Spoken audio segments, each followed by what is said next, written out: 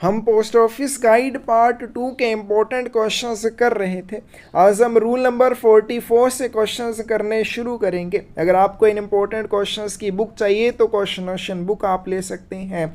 इस बुक में आपको रूल वाइज, टॉपिक वाइज हर एक इम्पोर्टेंट क्वेश्चन मिल जाएगा। इसके अलावा क्वेश्चन पेपर्स की बुक्स आपको मिल जाएंगी, थ्योरी वाली बुक्स भी आपको मिल जाएंगी। और क्लासेस में भी अगर आप जुड़ना चाहते हैं तो आप हमें मैसेज कर सकते हैं 8627096166 के ऊपर और हमारे साथ क्लासेस में जुड़ सकते हैं, बुक्स भी ले सकते हैं। और हमने पर्यावरण को बचाने के लिए एक शुरुआत की है, ज़्यादा से ज़्यादा पौधे लगाने की इस जर्नी में आप भी जुड़े। डिस्क्रिप्शन में आपको चैनल का लिंक मिल जाएगा, उसको सब्सक्राइब कर लीजिए। आपके सब्सक्रिप्शन से हमें मोटिवेशन मिलेगी और ज़्यादा पौधे लगाने की।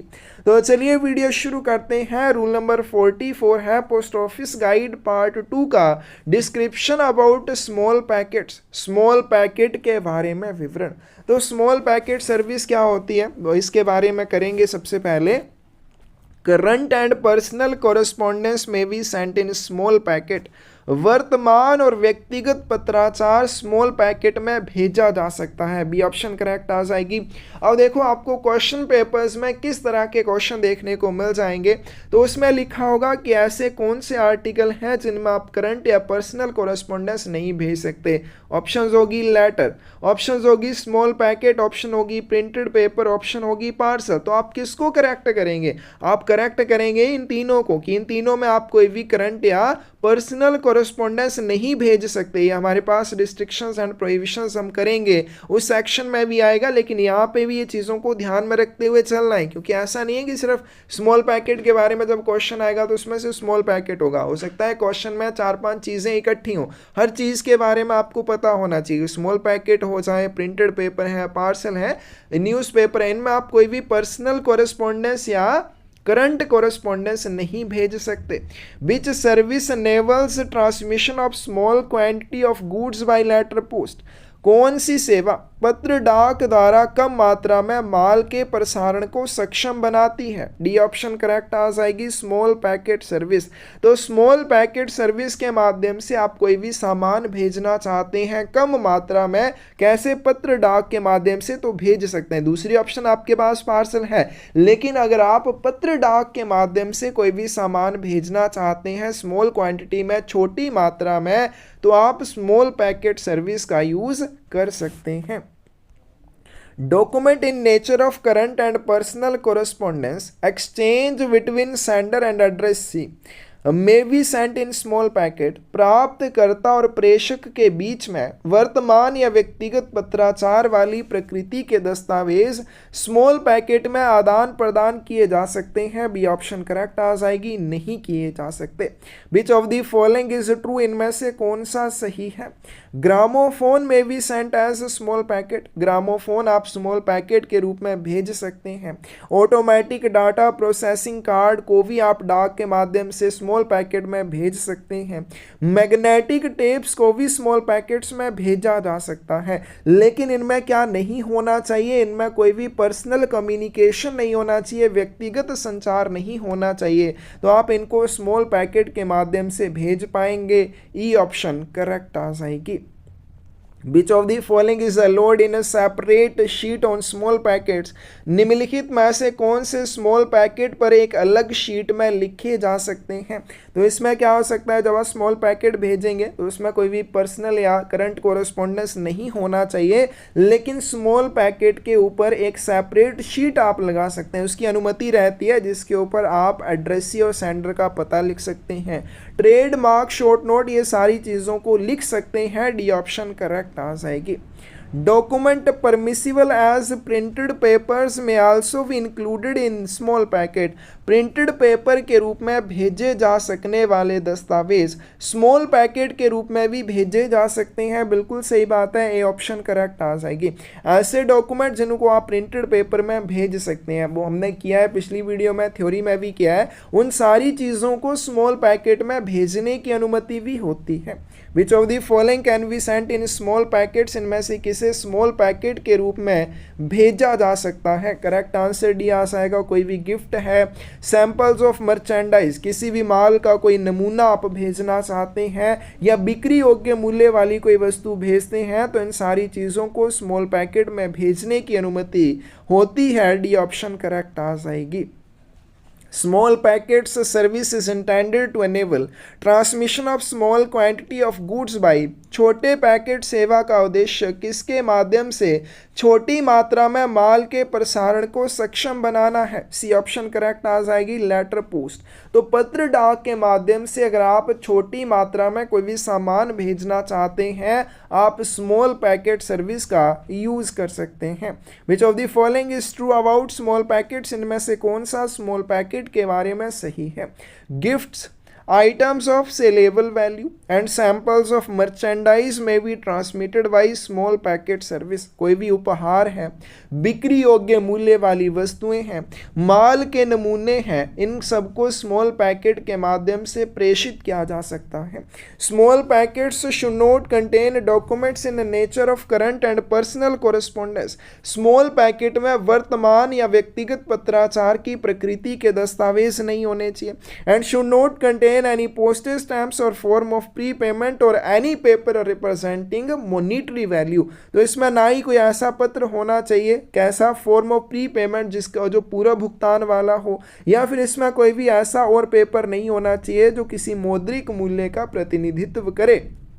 लीगल एंड कमर्शियल डॉक्यूमेंट्स, कोई भी कानूनी या वाणिज्यिक दस्तावेज हैं, पुराना कोई पत्राचार है या इंश्योरेंस डॉक्यूमेंट्स हैं, सबको स्मॉल पैकेट के रूप में भेजा जा सकता है। डी ऑप्शन करेक्ट आ जाएगी। विच ऑफ द फॉलोइंग में be transmitted in small packets, small packet के रूप में किसे प्रेषित किया जा सकता है? करेक्ट आंसर डी आ जाएगा। अभी हमने ऊपर पढ़ा कि स्मॉल पैकेट में आप डाक ticket, form of pre payment या ऐसा कोई पेपर जो किसी मौद्रिक मूल्य का प्रतिनिधित्व करे उसको नहीं भेजेंगे। विच ऑफ द फॉलोइंग में be transmitted in small packets, इनमें से किसे स्मॉल पैकेट में प्रेषित किया जा सकता है? कोई भी लीगल या कमर्शियल डॉक्यूमेंट है, पुराना कोई पत्राचार है, कोई इंश्योरेंस डॉक्यूमेंट है, तो इन सब चीज़ों को आप स्मॉल पैकेट के माध्यम से भेज सकते हैं। डी ऑप्शन करेक्ट आ जाएगी। नेक्स्ट आते हैं dimensions for small packets, small packets के लिए क्या आयाम रहते हैं? Small packets should confirm to maximum and minimum dimensions as prescribed for the, तो स्मॉल पैकेट किसके लिए निर्धारित अधिकतम और न्यूनतम आयामों के अनुरूप होने चाहिए? पत्रों के लिए। तो जो डायमेंशंस मिनिमम और मैक्सिमम लेटर्स के लिए हैं वही स्मॉल पैकेट्स के ऊपर भी अप्लाई होती हैं। Weight limits for small packets, small packet के लिए वजन सीमा क्या रहेगी? What can be the maximum weight of a small packet to foreign country, विदेश भेजे जाने वाले स्मॉल पैकेट का अधिकतम वजन कितना हो सकता है? 2 किलोग्राम हो सकता है। ए ऑप्शन करेक्ट आ जाएगी। रूल नंबर 47 है makeup and packing of small packets, small packets की पैकिंग और मेकअप के बारे में। Small packet is also called, small packet को अन्य क्या कहा जाता है? सी ऑप्शन करेक्ट आ जाएगी, पैकेट्स पैकेट्स कहा जाता है। विच इंडिकेशन में be used for small packets, small packets के लिए कौन से संकेत का इस्तेमाल किया जाता है? तो स्मॉल पैकेट जब भी भेजे जाते हैं या तो इनके ऊपर स्मॉल पैकेट लिखा जाएगा या पैकेट्स पैकेट्स लिखा जाएगा। अब हमने बहुत सारी ऐसी चीज़ों के बारे में कर लिया, पोस्टेज पेड, पोर्ट पे किया, नी पास एक्सपेंडर करेंगे जैसे वो न्यूज़पेपर के लिए आता है, फ्री ऑफ चार्ज के लिए आता है, नी पास एक्सपेंडर आता है, ठीक है। तो सेकोग्राम किया हमने ब्लाइंड लिटरेचर पैकेट्स के बारे में, एबीसी रिसेप्शन किया एडवाइस ऑफ डिलीवरी के बारे में। उसी तरह से जो स्मॉल पैकेट है उनके लिए पैकेट्स इस टर्म का या इंडिकेशन का यूज़ किया जाता है। When the custom declarations should accompany small packet, सीमा शुल्क घोषणाएं स्मॉल पैकेट्स के साथ कब होनी चाहिए? तो इसका करेक्ट आंसर डी आ जाएगा। Customs declarations should always accompany small packet irrespective of value, सीमा शुल्क घोषणा हमेशा स्मॉल पैकेट के साथ होनी चाहिए चाहे उसका मूल्य कुछ भी हो। आगे चलते हैं rule number 48, delivery fees for small packets. Small packets के लिए डिलीवरी फीस की बात करें, if the weight of a small packet exceeds which of the following then a delivery fees is payable by addressee at the time of delivery. यदि small packet का वजन कितने से अधिक हो जाता है तो डिलीवरी के समय उसके ऊपर डिलीवरी फीस का भुगतान करना होगा। भारत में इस तरह के चार्जेस नहीं लिए जाते, कुछ देशों में लिए जाते हैं जिसे डिलीवरी फीस कहा जाता है। तो अगर किसी भी स्मॉल पैकेट का वजन 500 ग्राम से अधिक हो जाता है तो उसके लिए डिलीवरी फीस ली जाती है। रूल नंबर 49 है penalty for breach of conditions of small packets. Small packet की शर्तों के उल्लंघन पर क्या जुर्माना लगेगा। Which of the following is true about small packets. Small packets के बारे में कौन सा सत्य है। Small packets not conforming to the conditions will be returned to the sender. कोई भी स्मॉल पैकेट है अगर वो निर्धारित शर्तों का पालन नहीं करता है तो उसे प्रेषक को वापस कर दिया जाएगा। On delivery, they will be charged with double the deficiency for a rate applicable in inland post for letter or parcel। ऐसे आपके स्मॉल पैकेट जो निर्धारित शर्तों का पालन नहीं करते हैं उन्हें प्रेषक को वापस कर दिया जाएगा, और जब उनका वितरण प्रेषक को किया जाएगा पत्र या पार्सल के लिए जो अंतर्देशीय डाक दर लागू है उसी के अनुसार उनसे दोगुने चार्जेस लिए जाएंगे। तो कौन सी ऑप्शन करेक्ट आ जाएगी, सी ऑप्शन करेक्ट आ जाएगी। आगे चलते हैं रूल नंबर 50 है postage unpaid and insufficiently paid small packets. डाक शुल्क अवैतनिक और अपर्याप्त भुगतान वाले स्मॉल पैकेट। अनपेड और इनसफिशिएंटली पेड स्मॉल पैकेट में भी ट्रांसमिटेड। अवैतनिक या अपर्याप्त रूप से भुगतान किए गए स्मॉल पैकेट डाक के माध्यम से भेजे जा सकते हैं। बी ऑप्शन करेक्ट आ जाएगी, नहीं भेजे जा सकते। जब भी स्मॉल पैकेट डाक के माध्यम से भेजे जाएंगे वो पूरी तरह से प्रीपेड होने चाहिए। अनपेड या इनसफिशिएंटली पेड हैं तो डाक के माध्यम से नहीं भेजे जाएंगे। Small packets should be fully prepaid and if not they will be returned to sender and delivered on a recovery of charges and if not breach other conditions it will be transmitted as which of the following। तो जो small packet है वो पूरी तरह से prepaid होने चाहिए। अगर वो प्रीपेड नहीं है तो उन्हें प्रेषक को वापस कर दिया जाएगा और शुल्क की वसूली पर उन्हें वितरित किया जाएगा। यदि वो अन्य शर्तों का उल्लंघन नहीं करते हैं तो इसे क्या माना जाएगा, सी ऑप्शन करेक्ट आ जाएगी। इन्हें अंतर्देश पार्सल की तरह ट्रीट किया जाएगा। तो कोई भी स्मॉल पैकेट है वो क्या होने चाहिए, प्रीपेड होने चाहिए। अगर वो प्रीपेड नहीं है तो उन्हें प्रेषक को वापस कर दिया जाएगा और शुल्क के भुगतान पर उनका वितरण किया जाएगा। लेकिन वो अन्य शर्तों का उल्लंघन नहीं करते हैं तो उन्हें क्या माना जाता है, उन्हें इनलैंड पार्सल या अंतर्देशीय पार्सल की तरह ट्रीट किया जाता है। नेक्स्ट क्वेश्चन चलते हैं, विच of the following is true about small packets. Small packets के बारे में कौन सा सत्य है। फर्स्ट ऑप्शन है small packets should be fully prepaid. Small packet पूर्णतः प्रीपेड होने चाहिए, इनके पोस्टेज चार्जेस का पूरी तरह से भुगतान इनके लिए किया हुआ होना चाहिए। अनपेड और insufficiently paid small packets are not forwarded. अवैतनिक और अपर्याप्त भुगतान वाले स्मॉल पैकेट अग्रेषित नहीं किए जाते हैं। Where possible small packets are returned to sender. और जहाँ पे भी पॉसिबल हो, संभव हो, स्मॉल पैकेट प्रेषक को वापस कर दिए जाएंगे और चार्जेस का भुगतान करने पर वो स्मॉल पैकेट प्रेषक को वापस किए जाएंगे। अगर उनको इनलैंड पार्सल की तरह ट्रीट किया जाएगा अगर वो अन्य कंडीशंस का उल्लंघन नहीं करते हैं। डी ऑप्शन करेक्ट आ जाएगी। उपरोक्त सभी स्मॉल पैकेट्स के बारे में सही है। रूल नंबर 51 है description for blind literature packets. अंध साहित्य पैकेट के लिए विवरण। What description may be used for blind literature packet? अंध साहित्य पैकेट के लिए किस विवरण का उपयोग किया जाता है। तो अभी मैंने अभी आपको बताया भी था, जैसे स्मॉल पैकेट्स के लिए पैकेट्स का यूज़ किया जाता है, उसी तरह से ब्लाइंड लिटरेचर पैकेट के लिए ब्लाइंड लिटरेचर और सेकोग्राम इन दोनों का यूज़ किया जाता है। सी ऑप्शन करेक्ट आ जाएगी।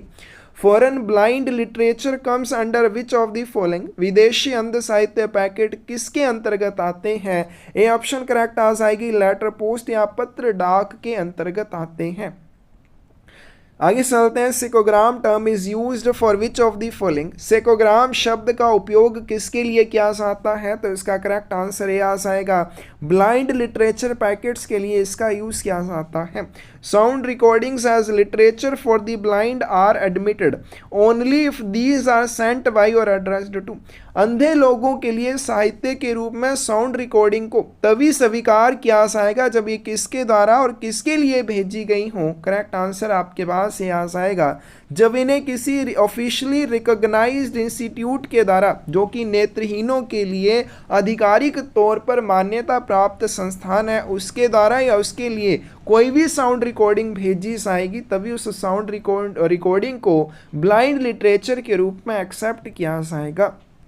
Blind literature packets should not contain which of the following. Blind literature packet में क्या नहीं होना चाहिए? तो ब्लाइंड लिटरेचर पैकेट में भी कोई पोस्टेज स्टैम्प्स नहीं होनी चाहिए। फॉर्म ऑफ प्री पेमेंट चाहे वो ओब्लिटरेटेड हो या ना हो, कोई भी ऐसा पेपर जो मौद्रिक मूल्य का प्रतिनिधित्व करता हो, ये उपरोक्त सारी चीज़ें ब्लाइंड लिटरेचर पैकेट में नहीं होनी चाहिए। नेक्स्ट चलते हैं rule number 52, dimensions for blind literature packets. Blind literature packets के लिए जो आयाम है वो कैसे रहेंगे? पत्र डाक वस्तुओं के लिए जो आयामों की बात हमने की थी कि जो आपकी न्यूनतम और मिनिमम और मैक्सिमम डायमेंशंस हैं लेटर्स के लिए, वही डायमेंशंस किसके लिए रहेंगी? लिटरेचर फॉर ब्लाइंड के लिए रहेंगी। आगे चलते हैं, रूल नंबर 53 है maximum weight for blind literature packets. नेत्रहीन साहित्य पैकेट के अधिकतम वजन का क्या हो सकता है? What can be the maximum weight of a foreign blind literature packet. विदेशी अंध साहित्य पैकेट का अधिकतम वजन कितना हो सकता है? सी ऑप्शन करेक्ट आ जाएगी, 7 किलोग्राम मैक्सिमम इसका वेट हो सकता है। What is the maximum weight limit for a foreign packet containing Braille script. Braille लिपियों वाले विदेशी पैकेट के लिए अधिकतम वजन सीमा क्या है? तो ये ब्रेल लिपि वाले जो पैकेट होते हैं किस में आते हैं? ब्लाइंड लिटरेचर पैकेट में आते हैं। तो कौन सी ऑप्शन करेक्ट आ जाएगी? डी ऑप्शन करेक्ट आ जाएगी। नेक्स्ट आते हैं रूल नंबर 55 है postage charges for blind literature. Blind literature के लिए डाक शुल्क। Air surcharges applicable on a foreign blind literature packet is the same as for। विदेशी अंध साहित्य पैकेट पर लागू हवाई अधिभार किसके समान होगा? डी ऑप्शन करेक्ट आ जाएगी, एज ऑन प्रिंटेड पेपर्स। अब ये बहुत इंपॉर्टेंट है क्योंकि जब भी ब्लाइंड लिटरेचर भेजा जाता है ना पोस्टेज चार्जेस लगते हैं, ना रजिस्ट्रेशन फीस लगती है, ना एक्नॉलेजमेंट चार्जेस लगते हैं, ना फीस फॉर अटेस्टेड कॉपी लगती है। तो इसमें क्या लगता है? इसमें सिर्फ एयर सरचार्जेस लगते हैं। अब अगर हम बात करें अंतर्देशीय डाक की, तो अंतर्देशीय डाक में जब ब्लाइंड लिटरेचर पैकेट आप हवाई डाक के माध्यम से भेजते हैं तो बुक पोस्ट के लिए लागू हवाई अधिभार उसके ऊपर लागू होता है। उसी तरह से फॉरेन पोस्ट में जब फॉरेन ब्लाइंड लिटरेचर पैकेट भेजेंगे उसके ऊपर प्रिंटेड पेपर्स के समान एयर सरचार्जेस आपसे लिए जाएंगे। डी ऑप्शन करेक्ट आ जाएगी। Foreign blind literature is also exempted from postage fees, registration fees, acknowledgement fees and inquiry fees। विदेशी नेत्रहीन साहित्य पैकेट भी डाक शुल्क, पंजीकरण शुल्क, पूछताछ शुल्क और पावती शुल्क से मुक्त होता है। बिल्कुल सही है, ए ऑप्शन आपके पास करेक्ट आ जाएगी। विच of the following is true about blind literature packets in foreign post. विदेशी डाक में अंध साहित्य पैकेट के बारे में निम्नलिखित में से कौन सा सत्य है? फर्स्ट है हमारे पास, they are exempted from postage fee, registration fee, acknowledgement and inquiry fee for transmission by surface. उन्हें सतह से प्रसारण जब दिया जाएगा ना उनके ऊपर डाक शुल्क लगेगा, ना पंजीकरण शुल्क लगेगा, ना पावती के लिए और ना ही उनके ऊपर पूछताछ शुल्क लिया जाता है। Air surcharges for transmission of blind literature by air are payable as for printed papers। अगर आप इनको हवाई प्रसारण देना चाहते हैं तो फॉरेन ब्लाइंड लिटरेचर के लिए प्रिंटेड पेपर्स के समान एयर सरचार्जेस लगेंगे। Air surcharges for transmission of acknowledgements of blind literature by air are payable as printed papers. अगर आपने जब मान लीजिए क्या हुआ, आपने फॉरेन ब्लाइंड लिटरेचर भेजा और उसके साथ एक्नॉलेजमेंट भी भेजी, तो उस एक्नॉलेजमेंट का वेट भी एयर सरचार्जेस के लिए लिया जाएगा और ये भी कैसे होगा? प्रिंटेड पेपर्स की तरह होगा। डी ऑप्शन करेक्ट आ जाएगी, उपरोक्त सभी सही हैं। आगे चलते हैं। रूल नंबर 56 है penalty for breach of conditions of blind literature packets. अंध साहित्य पैकेट की शर्तों के उल्लंघन के लिए क्या जुर्माना लगेगा? If any foreign blind literature packet not follow conditions then it may be reposted after fulfil all conditions with original wrapper. तो कोई भी फॉरेन ब्लाइंड लिटरेचर पैकेट है, अगर वो शर्तों का पालन नहीं करता है तो शर्तों का पालन करने के बाद उसे उसके ओरिजिनल रैपर यानी कि पहले रैपर के साथ जब आपने उस ब्लाइंड लिटरेचर पैकेट को प्रस्तुत किया तो वहां पे जो भी कंडीशंस थी वो फुलफिल नहीं हो रही थी, फिर आप बाद में उसकी जो भी कंडीशंस हैं उसको फुलफिल करते हैं, तो जिस रैपर के साथ पहले आपने उस ब्लाइंड लिटरेचर को प्रस्तुत किया था आप उसी का यूज दोबारा से कर सकते हैं, बिल्कुल कर सकते हैं। ए ऑप्शन करेक्ट आ जाएगी। ब्लाइंड लिटरेचर पैकेट में also contain form of pre payment. नेत्रहीन साहित्य पैकेट में पूरा भुगतान वाले फॉर्म हो सकते हैं, बिल्कुल करेक्ट नहीं आएगा, बी ऑप्शन सही आएगी, नहीं हो सकते हैं। Which of the following is correct? On penalty of breach of conditions for blind literature packets addressed to foreign countries, विदेशों को संबोधित अंध साहित्य पैकेट की शर्तों के उल्लंघन के लिए दंड के संबंध में कौन सा सही है? बी ऑप्शन करेक्ट आ जाएगी। The article will be returned to sender. तो ऐसा ब्लाइंड लिटरेचर पैकेट जो शर्तों का उल्लंघन करते हुए पाया जाता है उसे प्रेषक को वापस कर दिया जाएगा। And will be charged on delivery with letter or parcel postage at the internal postage rate whichever is applicable। तो ऐसे फॉरेन ब्लाइंड लिटरेचर पैकेट को प्रेषक को वापस कर दिया जाएगा और डिलीवरी पर पत्र या पार्सल आंतरिक डाक दर जो भी लागू होगी यानी कि अंतर्देशीय डाक दर के अनुसार उसके ऊपर आपसे शुल्क लिया जाएगा। आगे चलते हैं। सेक्शन नंबर 4 है conditions for various special services in letter post. पत्र डाक में विभिन्न विशेष सेवाओं के लिए क्या शर्तें हैं? रूल नंबर 57 है journal. For the purpose of surcharges articles are divided into how many groups. अधिवार के प्रयोजन से लेखों को कितने समूहों में बांटा गया? बहुत इंपॉर्टेंट है। सरचार्जेस के उद्देश्य से डाक वस्तुओं को 2 श्रेणियों में बांटा गया। कौन कौन सी 2 श्रेणियां हैं, भी आगे क्वेश्चन आएगा। What is the meaning of AO? AO का क्या अर्थ हो जाएगा? तो इसका करेक्ट आंसर हमारे पास ए आ जाएगा अदर ऑब्जेक्ट। ठीक है, तो इसमें एक लेटर्स एंड कार्ड्स आएगा, दूसरा आएगा AO जिसका मतलब होता है अदर ऑब्जेक्ट, जिसमें लेटर कार्ड के अलावा अन्य वस्तुएं शामिल होती हैं। Printed paper comes under which of the following? Printed paper किसके अंतर्गत आते हैं? तो इसका करेक्ट आंसर हमारे पास बी आ जाएगा AO। AO का क्या मतलब हो जाएगा? Other object. तो ये जो प्रिंटेड पेपर होते हैं अदर ऑब्जेक्ट के तहत आते हैं। लेटर्स और कार्ड में लेटर कार्ड मनी ऑर्डर इत्यादि आते हैं और बाकी सभी अन्य वस्तुओं में आते हैं, यानी कि AO में शामिल होंगे। Postal money orders comes under which of the following? Postal money order निम्नलिखित में से किसके अंतर्गत आते हैं? ए ऑप्शन करेक्ट आ जाएगी। LC यानी कि लेटर्स एंड कार्ड्स के अंतर्गत आते हैं। विच of the following comes under LC? इनमें से कौन सा लेटर्स एंड कार्ड्स के अंतर्गत आता है? तो इसका करेक्ट आंसर डी आ जाएगा। Postal money order, trade charge money order, advice of delivery और एडवाइस ऑफ पेमेंट, ये सारी चीज़ें किसमें शामिल हैं? LC यानी कि लेटर्स एंड कार्ड्स में शामिल हैं। डी ऑप्शन करेक्ट आ जाएगी। For the purpose of fixing surcharges and combined charges, the countries and territories are divided into how many zones? अधिवार और संयुक्त शुल्क तय करने के उद्देश्य से देशों और क्षेत्रों को कितने जोन्स में बांटा गया है? तो इसका करेक्ट आंसर क्या आ जाएगा? बी। ये बहुत ही इंपॉर्टेंट है कि सरचार्जेस और कंबाइंड चार्जेस तय करने के उद्देश्य से कंट्रीज और टेरिटरीज को 4 जोन्स में बांटा गया है और इसी तरह से कितने ग्रुप्स में बांटा गया है? तो for the purpose of fixing surcharges and combined charges the countries and territories are divided into 5 groups. कितने जोन्स में बांटा गया है? 4 जोन्स में बांटा गया है। कितने ग्रुप्स में बांटा गया है? 5 ग्रुप्स में बांटा गया है। In the foreign post, for the purpose of fixing surcharges and combined charges, the countries and territories are divided into how many groups and zones? विदेशी डाक में अधिवार और संयुक्त शुल्क तय करने के उद्देश्य से देशों और क्षेत्रों को कितने समूहों और क्षेत्रों में बांटा गया है? तो करेक्ट आंसर इसका डी आ जाएगा। 5 ग्रुप्स और 4 जोन्स में बांटा हुआ है। Which of the following comes under AO. AO में कौन कौन सा शामिल है? एओ की अगर फुल फॉर्म की बात करें, ऑल्टर सब्जेक्ट या अदर ऑब्जेक्ट, दोनों में से ठीक, दोनों ही ठीक है। तो एओ में या ऑल्टर सब्जेक्ट या अदर ऑब्जेक्ट में क्या क्या चीज़ें शामिल है? इसमें newspaper, small packet, blind literature सभी शामिल हैं। डी ऑप्शन करेक्ट आ जाएगी। आगे चलते हैं रूल नंबर 58 एरोग्राम्स के बारे में। But can be the minimum size of an aerogram. एक एरोग्राम का न्यूनतम आकार क्या हो सकता है? सी ऑप्शन करेक्ट आ जाएगी। 90 बाई 140 मिलीमीटर हो सकता है, 9 बाई 14 सेंटीमीटर हो सकता है।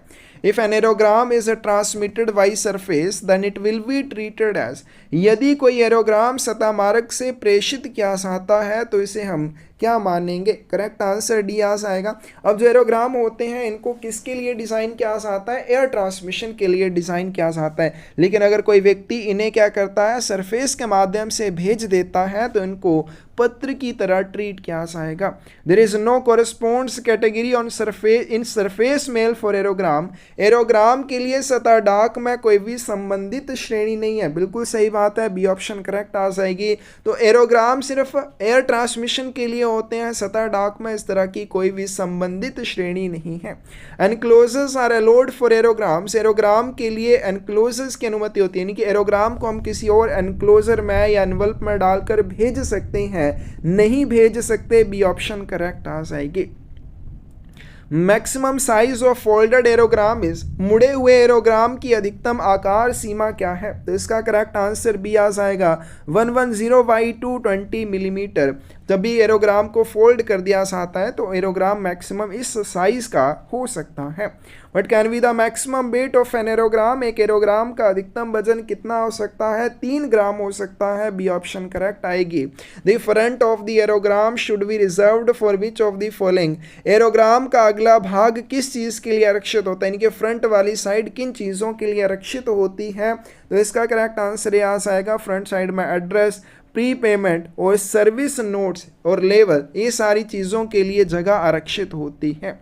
नेक्स्ट आते हैं रूल नंबर 59 है मेकअप ऑफ एयरमेल आर्टिकल्स। हवाई डाक लेखों की बनावट कैसी होनी चाहिए? For which of the following पर एवियन। अब ये भी बहुत इंपॉर्टेंट एक और टर्म आ जाती है। एयरमेल का अर्थ क्या होता है? पर एवियन। फॉरेन पोस्ट में पर एवियन शब्द का क्या अर्थ हो जाएगा? एयरमेल आर्टिकल्स के लिए इसका यूज किया जाता है, तो पर avion word is used for airmail articles. B option आपके पास करेक्ट आ जाएगी। Letter will registered and insured lists which accompanying airmails should wear at head। पत्र विल पंजीकृत और बीमाकृत सूचियां जो हवाई डाक के साथ आती हैं उनके शीर्ष पर क्या लिखा होना चाहिए? डी ऑप्शन करेक्ट आ जाएगी, उनके ऊपर प्रेवियन लिखा होना चाहिए।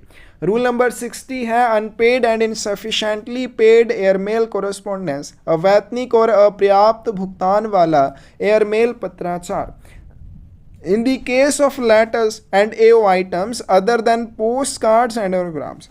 लेटर और इसके अलावा जो AO आइटम्स हैं यानी कि अदर ऑब्जेक्ट जितने भी हैं पोस्ट कार्ड और एरोग्राम को छोड़कर, if the postage paid is at least but % of the surcharge. इनके ऊपर दिया गया डाक शुल्क अगर सरचार्ज का कम से कम कितना प्रतिशत है, the article will be forwarded by air after being taxed with deficiency. तो इस तरह के आर्टिकल को हवाई डाक के माध्यम से कमी जो भी होगी वो कमी के अनुसार शुल्क लगाने के बाद प्रेषित किया जाएगा। बी ऑप्शन करेक्ट आ जाएगी। किसके मामले की बात की है? पत्र और अदर एओ आइटम्स की बात की है, पोस्ट कार्ड और एरोग्राम को छोड़कर बाकी जितनी भी एओ आइटम्स और लेटर्स हैं इनके लिए अगर दिया हुआ डाक शुल्क सरचार्ज का कम से कम 75% है तो डेफिशिएंसी इनके ऊपर लगाई जाएगी, यानी कि कमी के अनुसार इनके ऊपर शुल्क लगाने के बाद इनको हवाई मार्ग से अग्रेषित किया जाएगा। आगे चलते हैं। In the case of letters, पत्रों के मामले में, if the postage is less than what % of surcharge but more than the charges for a surface item then the letter will be dispatched by surface. पत्रों के मामले में यदि डाक शुल्क अधिभार के कम से कम कितना प्रतिशत है लेकिन वो सतह मध्य के शुल्क से अधिक है तो पत्र सतह द्वारा सतह मार्ग से भेजा जाएगा। तो इसका करेक्ट आंसर भी क्या आ जाएगा, बी आ जाएगा। अब यहाँ पे किसकी बात की है, लेटर्स की बात की है कि लेटर के लिए दिया गया डाक शुल्क यदि सरचार्जेस का 75% से कम है, यानी कि जो सरचार्जेस बनते हैं उसके 75% से कम चार्जेस आपने दिए हैं, और दूसरी बात वो सरफेस मेल के माध्यम से भेजे जाने वाले चार्जेस से ज़्यादा हैं, तो वहाँ पे उस पत्र को कैसे भेजा जाएगा, उसको सतह डाक के माध्यम से ही प्रेषित किया जाएगा। In the case of cards and aerograms, if the postage paid is at least but% of the combined charge, the article will be forwarded by air after being taxed with deficiency. Card और एरोग्राम के मामले में यदि भुगतान किया गया डाक शुल्क संयुक्त शुल्क का कम से कम कितना प्रतिशत है, तो कमी के साथ शुल्क लगाने के बाद लेख को हवाई मार्ग से अग्रेषित किया जाएगा। डी ऑप्शन करेक्ट आ जाएगी। कार्ड्स और एरोग्राम्स के मामले में, क्योंकि वहाँ पे ऊपर वाले क्वेश्चन में एक्सेप्शन थी कार्ड और एरोग्राम्स के बारे में, तो क्वेश्चन में पूछा गया है कार्ड्स और एरोग्राम्स के मामले में यदि भुगतान किया हुआ डाक शुल्क कंबाइंड चार्जेस का कम से कम 50% है, तो इस तरह के आर्टिकल के ऊपर कमी जो भी अब वो लगाई जाएगी, कमी के अनुसार शुल्क लगाया जाएगा, इसको बाय एयर यानी कि हवाई डाक के माध्यम से अग्रेषित किया जाएगा। In the case of card and aerogram, if the postage paid is less than 50% of the combined charge but more than the charges of a surface item, then the article will be।